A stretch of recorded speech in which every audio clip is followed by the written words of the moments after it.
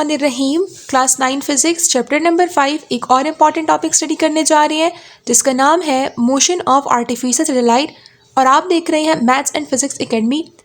Video start करने से पहले मेरी आपसे रिक्वेस्ट है कि चैनल को मैं सब्सक्राइब करें, बेल आइकन को प्रेस करें क्योंकि ये आपकी तरफ से हमारे लिए एक रिवॉर्ड होता है कि आपको हमारा दिया हुआ लेक्चर बहुत अच्छे से समझ आ गया है। तो चलिए स्टार्ट करते हैं आज का lecture motion of artificial satellite. देखिए बच्चे, सैटेलाइट आपके पास ऐसे ऑब्जेक्ट्स होते हैं जो अपने से बड़े ऑब्जेक्ट के इर्द गिर्द रिवॉल्व करते हैं। अब वो बड़ा ऑब्जेक्ट अर्थ हो सकता है, मून हो सकता है या फिर कोई भी प्लैनेट हो सकता है। ठीक है, तो सैटेलाइट क्या होता है? What are satellite? सैटेलाइट ऐसे ऑब्जेक्ट्स होते हैं जो किन ऑब्जेक्ट्स के इर्द गिर्द रिवॉल्व करेंगे, जिनका साइज क्या होगा, इनके साइज से ज़्यादा होगा। फॉर एग्जाम्पल, ये आपके पास कोई ऑब्जेक्ट है और अगर इसके इर्द गिर्द मैं इससे छोटा ऑब्जेक्ट लेकर आऊँ और वो इसके इर्द गिर्द रिवॉल्व करे, ठीक है, ये कोई भी ऑब्जेक्ट हो सकते हैं, मैं जनरल केस समझा रही हूँ। ठीक है, ये कोई भी ऑब्जेक्ट है और इसके इर्द गिर्द कोई दूसरा ऑब्जेक्ट है जो कि रिवॉल्व कर रहा है। अब अगर आप देखो, इसका साइज़ बड़ा है, इसका साइज़ छोटा है, इसका मतलब क्या हुआ कि वो ऑब्जेक्ट जो अपने से बड़े ऑब्जेक्ट के इर्द गिर्द रिवॉल्व करते हैं, इन ऑब्जेक्ट्स को हम क्या कहते हैं? सैटेलाइट कहते हैं। ठीक है, अब सैटेलाइट की आपके पास दो टाइप्स आती हैं। एक आपके पास आता है नेचुरल सैटेलाइट और एक आपके पास आता है आर्टिफिशियल सैटेलाइट। देखो बच्चों, नेचुरल के नाम से ही जाहिर है कि ऐसा कोई काम जिसमें इंसान का या ह्यूमन बीइंग का कोई क्या कहते हैं कि अमल दखल ना हो। ठीक है, तो नेचुरल सैटेलाइट ऐसे सैटेलाइट्स होते हैं जो कि कुदरती तौर पे मौजूद होते हैं और जिसमें इंसान का कोई अमल दखल नहीं होता। फॉर एग्जाम्पल, अगर आप देखें सन, ठीक है, और सन के इर्द गिर्द लेट से हम अपना प्लेनेट ले लेते हैं अर्थ। अब ये जो अर्थ है ये सन के इर्द गिर्द रिवॉल्व कर रहा है ना, ठीक है। तो अब ये जो सन है और ये जो अर्थ है, earth is the natural satellite of sun. देखो, सन का साइज बड़ा होता है, अर्थ का size as compare to sun छोटा होता है और अर्थ जो है वो सन के इर्द गिर्द रिवॉल्व कर रहा है। तो what is earth? Earth is the natural satellite. ठीक है, नेचुरली ये अर्थ मौजूद है, कुदरती तौर पर अल्लाह ताला ने बनाया है और ये अर्थ जो है ये सन के इर्द गिर्द रिवॉल्व कर रहा है। अब इस पूरी सिस्टम में इंसान का कोई अमल दखल नहीं है, तो अब हम क्या कहेंगे कि अर्थ इज द नेचुरल सैटेलाइट। इसके अलावा मून, बाकी जो प्लैनेट्स होते हैं ना, ठीक है, जुपिटर, सारे जो होते हैं वो सन के इर्द गिर्द रिवॉल्व ही करते हैं ना, तो वो सारे प्लैनेट्स आपके पास क्या कहलाएंगे? नेचुरल सैटेलाइट कहलाएंगे, क्योंकि वो नेचुरली इस सन के यानी अपने से बड़े ऑब्जेक्ट के इर्द गिर्द रिवॉल्व कर रहे हैं। क्लियर हो गया? अब दूसरा आपके पास आता है आर्टिफिशियल। आर्टिफिशियल के नाम से ये जाहिर है कि वो नेचुरल नहीं होगा, बल्कि इसमें ह्यूमन का कुछ ना कुछ अमल दखल ज़रूर होता है। कुछ ना कुछ क्या, बल्कि सारा का सारा इंसान का अमल दखल होता है।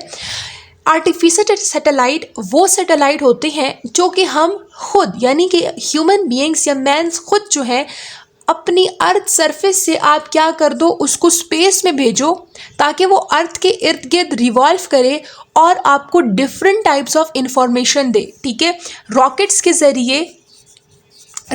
ज़रिए जो है ये सैटेलाइट लॉन्च किए जाते हैं और स्पेस में भेजे जाते हैं और फिर उसके बाद यही सैटेलाइट, फॉर एग्जांपल ये आपके पास अर्थ है और ये आपका वो सैटेलाइट है, ठीक है, फिर यही सैटेलाइट अर्थ के इर्द गिर्द क्या करते हैं? रिवॉल्व करते हैं। अब ये जो सैटेलाइट है ये इंसान ने खुद भेजा है, अपनी अर्थ की सरफेस पे या स्पेस पे खुद भेजा है। ठीक है, रॉकेट्स का इस्तेमाल करके लॉन्च किए जाते हैं, स्पेस में भेज दिए जाते हैं और यही सैटेलाइट अर्थ के इर्द गिर्द रिवॉल्व करते हैं। अब इन सैटेलाइट को हम क्या कहेंगे? आर्टिफिशियल सैटेलाइट कहेंगे, क्योंकि इसमें नेचुरल कुछ भी नहीं है, बल्कि सारा का सारा काम इंसानों ने खुद किया है। ठीक है, इनको डिफरेंट पर्पज़ के लिए इस्तेमाल किया जाता है। फॉर एग्जाम्पल, कम्युनिकेशन पर्पज़ के लिए, मिलिट्री पर्पज़ के लिए या फिर टीवी सिग्नल्स के लिए। ठीक है, डिफरेंट पर्पसेस के लिए हम इन आर्टिफिशियल सैटेलाइट को ऊपर भेजते हैं जो कि हमारी अर्थ सरफेस के इर्द गिर्द रिवॉल्व करते हैं। अब अगर इसको आपने अर्थ सरफेस पे भेजा है यानी स्पेस पे भेजा है और वो अर्थ के इर्द गिर्द रिवॉल्व कर रहा है, इसका मतलब ये है कि इसका जो साइज होगा ये as compare to the earth क्या होगा? स्मॉलर होगा, क्योंकि हमने पढ़ा कि सैटेलाइट वो ऑब्जेक्ट्स होते हैं जो अपने से बड़े ऑब्जेक्ट के इर्द गिर्द रिवॉल्व करते हैं। ठीक है, तो व्हाट आर आर्टिफिशियल सैटेलाइट? ये मैन मेड सैटेलाइट होते हैं हैं जिसको हम लोग खुद बेचते हैं डिफरेंट पर्पस के लिए या डिफरेंट यानी हमें जिस काम की ज़रूरत होती है उसके लिए हम इसको भेज देते हैं ताकि हम डिफरेंट टाइप्स ऑफ इंफॉर्मेशन हासिल कर सकें। यहाँ तक क्लियर हो गया? तो अब हम इसकी जाते हैं थ्योरी की तरफ।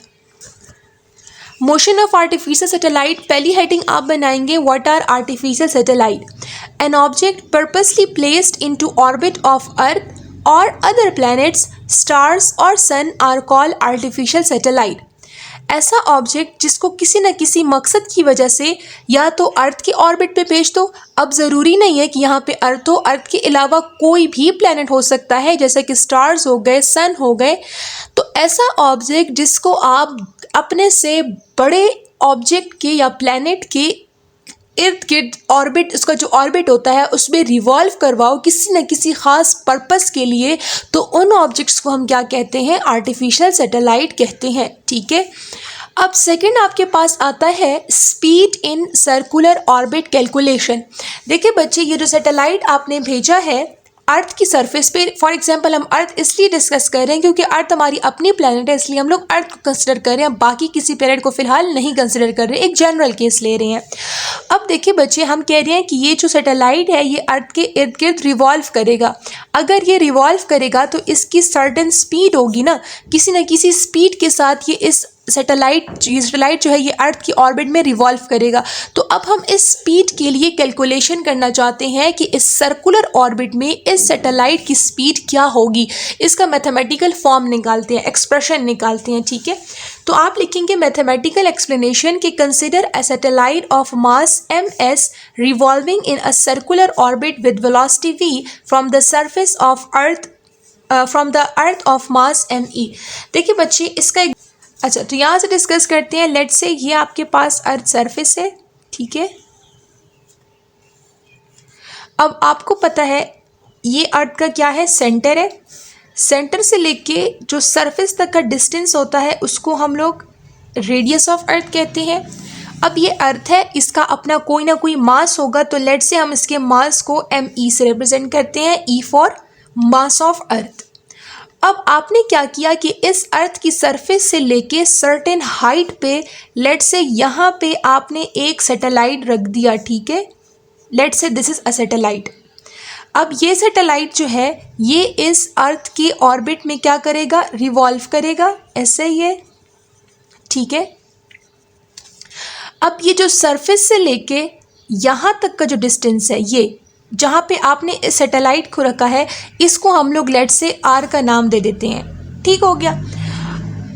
बल्कि आर जो होगा ना आपका, ये यहाँ से लेके यहाँ तक का डिस्टेंस होगा। ठीक है। अर्थ की सेंटर से लेके और जिस हाइट पे आपने सैटेलाइट को रखा है उसको हमने क्या नाम दे दिया? आर का नाम दे दिया। याद रहे कि यहाँ से यहाँ तक रेडियस है, लेकिन इससे बाहर का जो हमने मिला के डिस्टेंस है उसको हमने आर का नाम दिया है। ठीक है। अगर हम अर्थ की सरफेस से देखें, यानी अगर आप अर्थ के सेंटर से ना देखो, अर्थ की सरफेस से देखो, तो सरफेस से लेके यहाँ तक का जो डिस्टेंस है ये एक किस्म की हाइट है ना, कि अर्थ की सरफेस से इतने हाइट पे हमने जो है इस सैटेलाइट को रखा है। तो यहाँ से यहाँ तक आपके पास क्या है? हाइट है, जिसको हमने h का नाम दे दिया है। ठीक है। कि ये जो सैटेलाइट है इसका भी कोई ना कोई मास होगा, तो इस सैटेलाइट के मास को हम किससे रिप्रेजेंट करते हैं? ms से। छोटा सा s मैंने लगा दिया क्योंकि ये मास ऑफ सैटेलाइट है। ठीक है। अब ये कुछ ना कुछ वेलोसिटी के साथ मूव करेगा, स्पीड के साथ मूव करेगा, उसको हमने नाम दे दिया है v का। ठीक है। डायग्राम आपको क्लियर हो गया। अब हम जाते हैं थ्योरी की तरफ। थ्योरी अगर आप देखें तो आपको कहती है कि consider a satellite of mass ms revolving in a circular orbit with velocity v from the earth of mass me। कि आपके पास एक सैटेलाइट है जिसका मास ms है और वो अर्थ के सर्कुलर ऑर्बिट में रिवॉल्व कर रहा है और अर्थ का मास क्या है? me है। Let r be the distance from the centre of earth and centre of satellite. R क्या है? ये वाला जो आर है ये सेंटर ऑफ अर्थ से लेके सेंटर ऑफ सैटेलाइट तक का डिस्टेंस है, जो कि जिसको हमने आर का नाम दे दिया है। According to law of universal gravitation, law of universal gravitation को हम लोग लास्ट लेक्चर में डिस्कस कर चुके हैं। चैप्टर नंबर 5 का पहला टॉपिक है। अगर आपने वो वीडियो नहीं देखी तो सबसे पहले वो वीडियो देख कर आ जाए, ताकि आपको यहाँ पे इसका कॉन्सेप्ट टोटली क्लियर हो। उस लॉ ऑफ यूनिवर्सल ग्रेविटेशन का जो मैथमेटिकल फॉर्म था वो आपके पास कुछ इस तरह से था कि F is equals to G m1 m2 divided by r square, जहाँ पे ये एक ऑब्जेक्ट का मास है, ये दूसरे ऑब्जेक्ट का मास है, ये डिस्टेंस है और ये ग्रेविटेशनल कांस्टेंट है। अगर आप ये वाला केस देखो तो इस केस में एक ऑब्जेक्ट आपका क्या है, मास अर्थ, और उसका मास क्या है, me है। तो आपके पास फॉर्मूला क्या बनेगा, g तो उसी तरह रहेगा क्योंकि ग्रेविटेशनल कांस्टेंट है। m1 की जगह आप क्या आ जाएगा, me आ जाएगा। दूसरा ऑब्जेक्ट आपका क्या है, सैटेलाइट, और सैटेलाइट का मास क्या है, ms, तो इधर m2 की जगह आपका क्या आ जाएगा, ms, और डिवाइडेड बाय r स्क्वायर आपका उसी तरह रहेगा। ठीक है, तो आप यहाँ देखो तो डायरेक्टली मैंने यही फॉर्मूला इस्तेमाल किया है कि fg is equals to G M E M S divided by r square, और इसको हमने नाम दे दिया इक्वेशन नंबर 1 का। अब आपको पता है कि जब भी आपके पास सर्कुलर मोशन होती है तो वहाँ पे सेंट्रीपिटल फोर्स होती है, तो हम लाइन बनाएंगे कि the centripetal force is provided by gravitational force. ठीक है, यानी जितनी ग्रेविटेशनल फोर्स होगी उतनी आपके पास कौन सी फोर्स होगी, सेंट्रीपिटल फोर्स होगी, क्योंकि जब भी ऑब्जेक्ट सर्कुलर पाथ में मोशन करता है तो उसके पास कौन सी फोर्स होती है, सेंट्रीपिटल फोर्स होती है। इसका मतलब ये है कि जितनी आपके पास ग्रेविटेशन यानी ये वाली फोर्स है उतनी ही आपके पास कौन सी फोर्स होगी, सेंट्रीपिटल फोर्स होगी। ठीक है, अब सेंट्रीपिटल फोर्स का जो फॉर्मूला होता है वो बराबर है mv square divided by r, ये जनरल फॉर्म है। अब ये जो m है ये ऑब्जेक्ट का मास है ना, और इधर हमारा ऑब्जेक्ट क्या है, सैटेलाइट, इसलिए हम यहाँ पे इसके साथ छोटा सा s लगा देंगे। ठीक है, अब अगर आप देखो तो एक g की वैल्यू ये आपके पास आ रही है, और fg की ना, और एक fg की वैल्यू आपके पास ये है। तो आप क्या करोगे, यहाँ से देखें कि fg is equals to fc जो कि बराबर है mv square divided by r, इसको आपने नाम दे दिया इक्वेशन नंबर 2 का। इस पहली इक्वेशन में fg की जगह अब हम ये जो इक्वेशन नंबर 2 से fg की दूसरी वैल्यू आई है इसकी पुटिंग करेंगे, तो आप लाइन बनाओगे कि यूजिंग इक्वेशन 2 in 1, तो जो फाइनल फॉर्म होगी वो पुटिंग करने के बाद जो हमारे पास फाइनल फॉर्म बनता है वो कुछ इस तरह से आता है कि M S V square divided by R is equals to G M E M S divided by R square. यहाँ से अगर आप देखें तो ये वाली टर्म तो सेम रहेगी ना, इसको मैं एज इट इज़ नीचे उतार देती हूँ। ठीक है, M E M S divided by R square, ये जो एफ जी है इसकी जगह अब क्या आ जाएगा, इसकी जगह आ जाएगा M S V square divided by R. ठीक है, यहाँ से अगर आप देखो तो एम एस और एम एस कैंसिल हो जाएंगे, और यहाँ से ये वाला और एक स्क्वायर कैंसिल हो जाएगा। तो यहाँ पे भी हमने यही कटिंग की है। अब अगर आप देखो यहाँ पे आपके पास सिर्फ क्या रह गया, वी स्क्वायर रह गया इक्वल्स टू जी, उसी तरह एम ई, उसी तरह आर स्क्वायर में से एक आर तो कैंसिल आउट हो गया, तो आपके पास यहाँ पे एक आर रह गया। अब हमें स्क्वायर नहीं चाहिए, हमें सिर्फ स्पीड चाहिए या सिर्फ वेलोसिटी चाहिए, तो हमने क्या किया, taking square root on both side, यहाँ पे भी स्क्वायर रूट लिया, यहाँ पे भी स्क्वायर रूट लिया, यहाँ से स्क्वायर और स्क्वायर रूट कैंसिल होकर आपको सिर्फ और सिर्फ वी दे देंगे, और यहाँ पे ये उसी तरह ही रहेगा। ठीक हो गया। अब ये जो आपके पास इक्वेशन निकली है ना, ये कि v is equals to under the root G M E divided by R, this is known as speed of artificial satellite. ठीक है, this is the mathematical expression of speed of artificial satellite. ठीक है, यही formula हमने calculate करना था। अब इसमें थोड़ी सी मॉडिफिकेशन करते हैं। मॉडिफिकेशन कुछ इस तरह से करेंगे ना कि आप ज़रा इस डायग्राम को देखें, सेंटर से लेके अर्थ के सेंटर से लेके सैटेलाइट के सेंटर तक का जो टोटल डिस्टेंस है वो किसके बराबर है, आर के। लेकिन अगर आप इसी आर में देखो तो आर का आधा हिस्सा यानी सरफेस से लेके सैटेलाइट तक का हिस्सा वो हाइट के बराबर है, और अर्थ के सेंटर से लेकर सरफेस तक का जो डिस्टेंस है वो किसके बराबर है, रेडियस के। यानी कि आपके पास एक पूरी लाइन है ये, और ये पूरी की पूरी लाइन किसके बराबर है, आर के। और इस लाइन को अगर हम स्प्लिट कर दें, जैसा कि यहाँ से यहाँ तक एक हिस्सा है, यहाँ से यहाँ तक दूसरा हिस्सा है, तो ये जो ऊपर वाला हिस्सा ये आपके पास क्या है, हाइट है, और जो नीचे वाला हिस्सा है वो आपके पास क्या है, रेडियस ऑफ अर्थ है।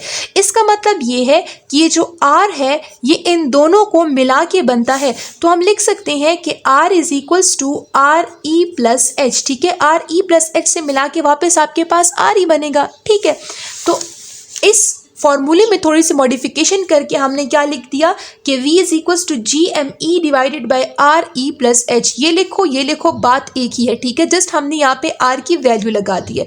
ये जो फाइनल इक्वेशन है this is known as the speed of artificial satellite. Conclusion की तरफ जाते हैं कि इस टॉपिक से हमें क्या कंक्लूजन मिलता है। Equation A gives expression of orbital speed, ये आपके पास इक्वेशन ए है और ये आपको ऑर्बिटल स्पीड यानी आर्टिफिशियल सैटेलाइट की स्पीड कैलकुलेट करके देता है। It depends on mass of Earth and distance from the center of Earth to the center of mass of satellite. अगर आप इस फॉर्मूले से देखें तो ये किन चीज़ों पे डिपेंड करता है? एक आपके पास g है, लेकिन g की वैल्यू कांस्टेंट होती है, तो इसलिए हम इसको डिस्कस नहीं करेंगे। ये आपके पास डिपेंड करता है मास ऑफ अर्थ पे, और ये डिपेंड करता है रेडियस ऑफ अर्थ पे, साथ ही साथ ये हाइट पे भी डिपेंड करता है, ठीक है। It does not depends upon the mass of satellite. इसकी पूरी मैथमेटिकल एक्सप्रेशन में आप देखो तो यहाँ पे कहीं भी आपको मास ऑफ सैटेलाइट नहीं नजर आ रहा। इसका मतलब ये है कि ये जो हमारा आर्टिफिशियल सैटेलाइट का स्पीड का फॉर्मूला है, ये मास ऑफ सैटेलाइट पे डिपेंड नहीं करता। ये किन चीज़ों पे डिपेंड करता है? ये एक डिपेंड करता है मास ऑफ अर्थ पे, एक डिपेंड करता है हाइट पे, और एक ये डिपेंड करता है रेडियस ऑफ अर्थ पे, ठीक है। अब अर्थ के अलावा अगर कोई भी प्लेनेट हो और आपको उसका मास पता हो, आपको ये पता हो कि कितनी हाइट पे जो है ये सैटेलाइट मौजूद है, और आपको उस प्लेनेट का रेडियस पता हो, तो आप अर्थ के अलावा किसी भी प्लेनेट का आर्टिफिशियल सैटेलाइट की जो स्पीड है वो कैलकुलेट कर सकते हो। किन किन चीज़ों का आपको पता होना चाहिए? एक, आपको पता होना चाहिए कि उस प्लेनेट का मास को कितना है, आपने कितनी हाइट पे इसको रखा हुआ है सैटेलाइट को, और उस प्लेनेट का रेडियस कितना है। जब ये तीन चीज़ें आपको पता चल जाए तो आप ऑटोमेटिकली किसी भी प्लेनेट के लिए ऑर्बिटल स्पीड को कैलकुलेट कर सकते हो।